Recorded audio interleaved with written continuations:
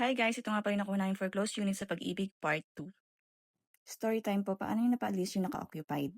Bali same din nung nakuha namin yung notice of award, pumunta agad kami sa bahay at yun din yung first time namin na ipaalam sa kanila na inaplayan namin yung bahay.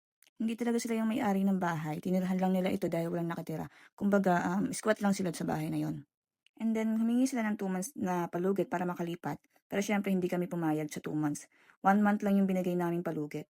At humingi sila ng bayad na 10K para sa kontador dahil sila daw ang nagpakabit noon. Pumayag na lang kami para di na balasubasin ng bahay at para matapos na. Pero ibinawas ko lahat ng bills nila na tubig at ilaw. Kaya 3K na lang yung nakuha nilang pera. Then after 1 month, finally, umalis na rin sila.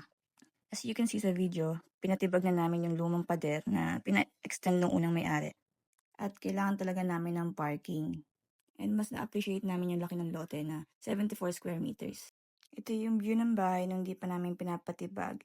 At ito na yung after niya. Sobrang tuwa namin dyan dahil ang laki pa talaga ng lote namin. And that's the part 2. Thank you guys for watching.